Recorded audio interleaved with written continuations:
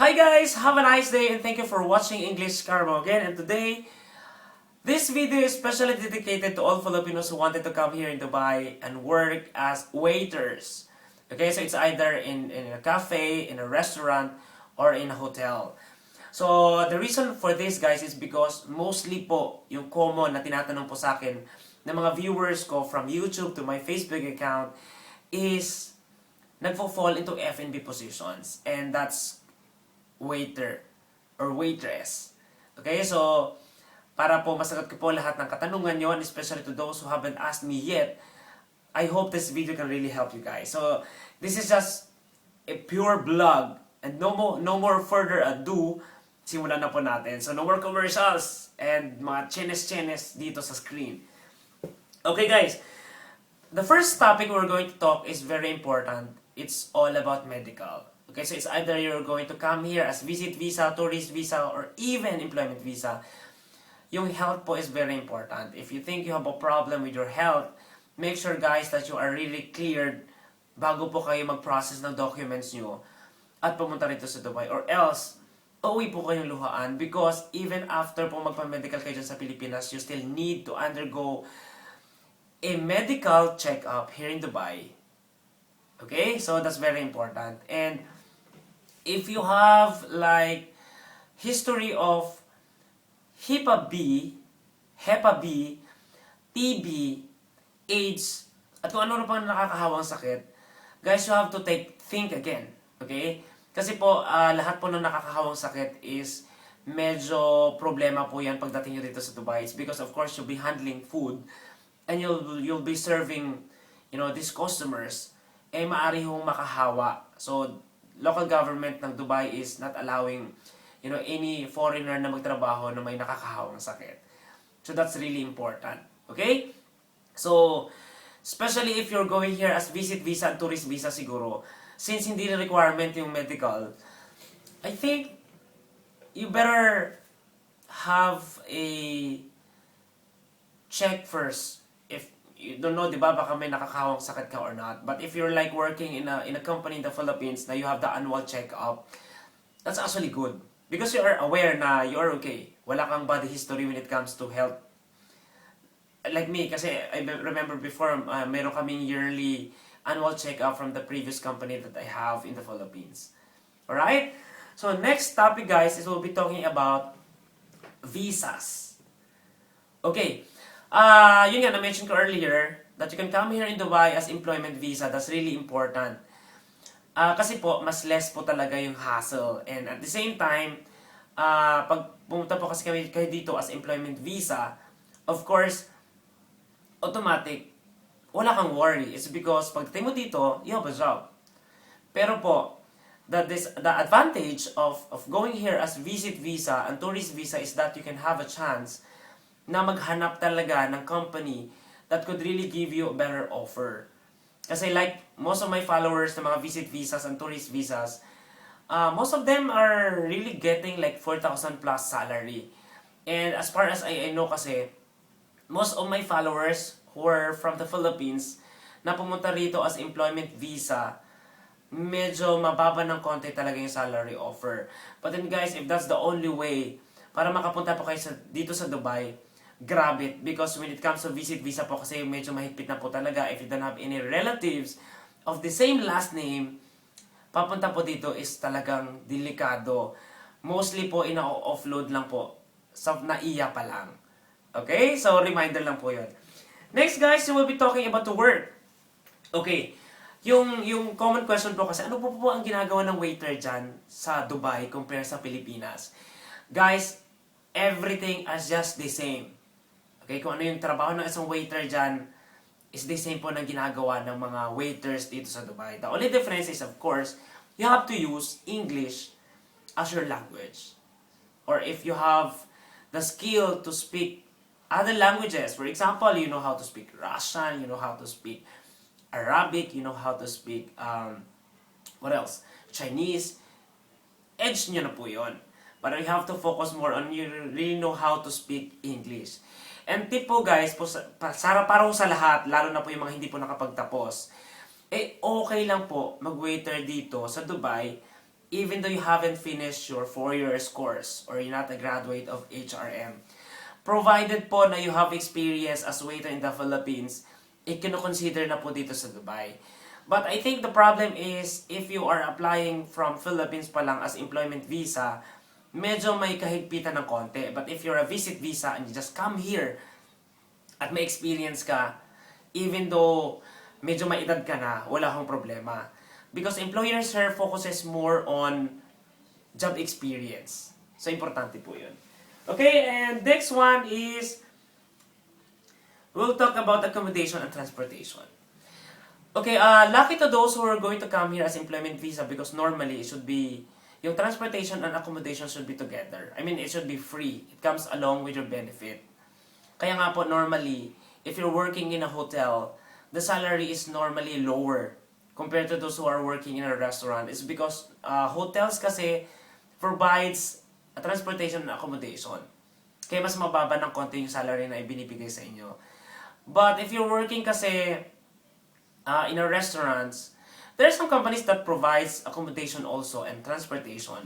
But you can also have the option na mag-leave out and the company will give you extra kapag nag-leave out ka. The advantage of leave out kasi is, of course, you can be with your friends, with your relatives, together in one house. Unlike, of course, accommodation, you will just be together with your colleague na nakikita mo sa work, nakikita mo pa rin sa bahay. Sometimes, medyo boring. But there are some people na lucky enough that they have these friends, close friend pa lang, nakatrabaho. So, it's okay with them. Okay? Wala lang, na-share ko lang yan.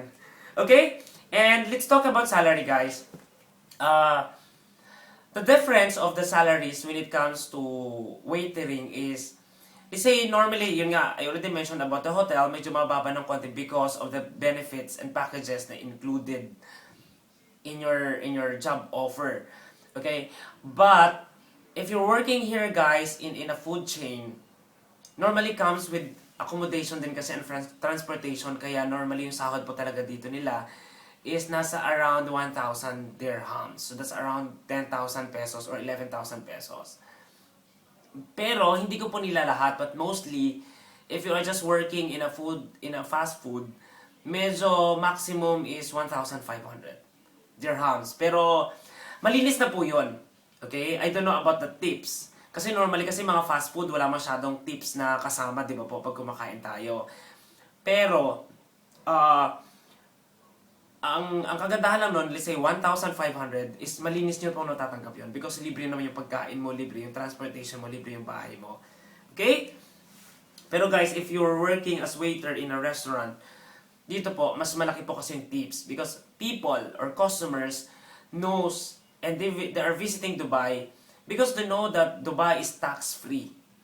So, normally customers are giving at least 10-15% of their total bill kasi wala po talagang tax. Kumbaga kung ano lang yung presyo ng in-order nila, yun lang yung babayaran nila.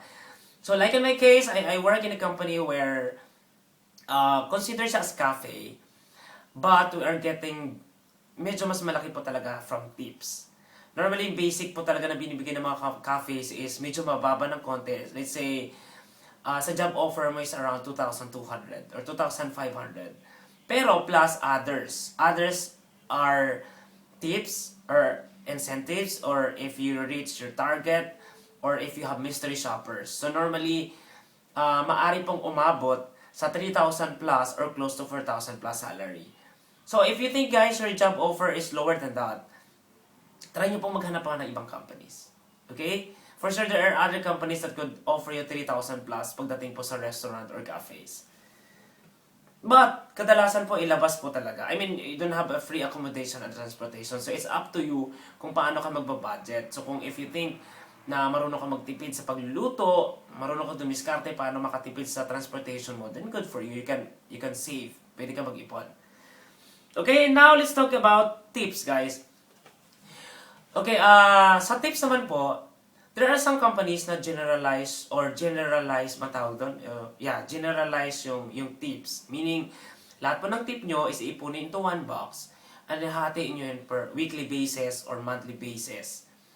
Or worse, there are some companies na 3 months. Okay? But, there are some companies naman dito guys, na yung tip nyo naman is personalized. Personalized means, let's say table mo to, let's say you handle mo yung table 1 to 5, lahat ng tips coming from that table is sa'yo. Okay? So, swerte mo kung let's say magaling ka talaga mambola ng customer, you'll get, maybe your tips is higher than your salary. Alright?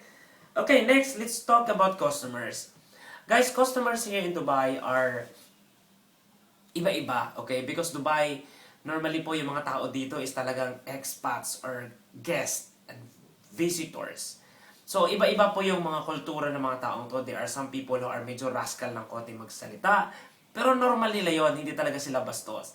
There are some naman na sobrang appreciative, there are some na sobrang sweet, there are some naman na hindi nagsasalita.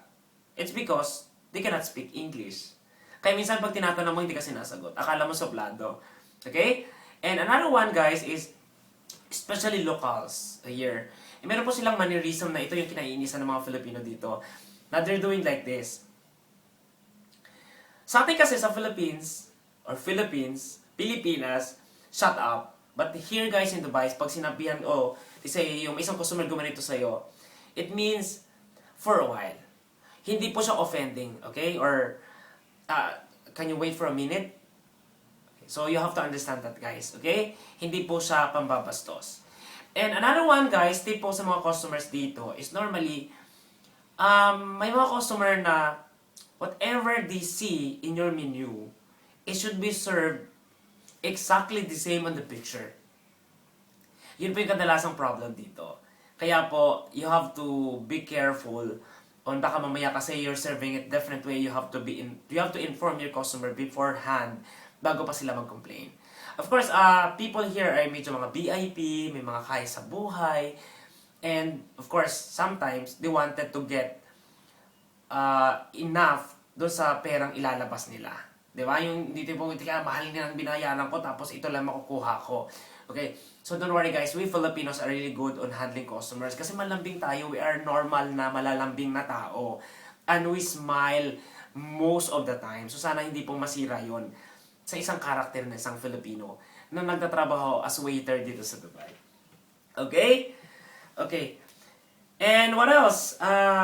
Another one guys is of course reminders. I'm gonna give you reminders if you are a waiter here in Dubai. Guys, there are times na we are not in a bad mood. We are not in a good mood, I mean. May mga times na may kaaway tayong colleague natin.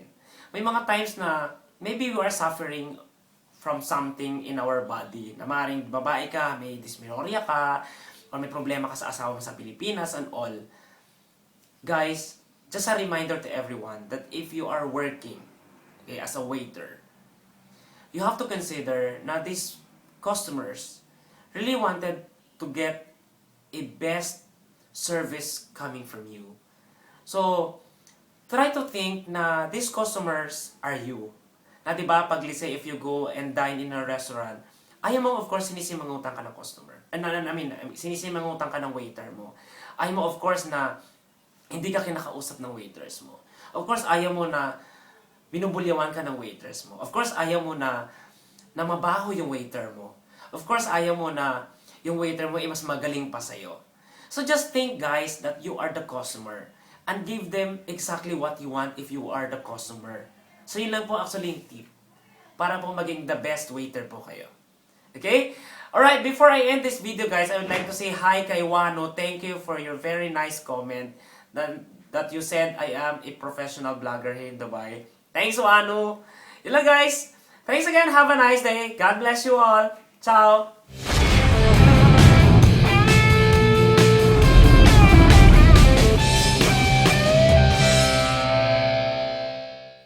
Hi guys, have a nice day and thank you for watching English Carbo. So today, I'm gonna make a video, of course. Obviously, I'm already doing a video.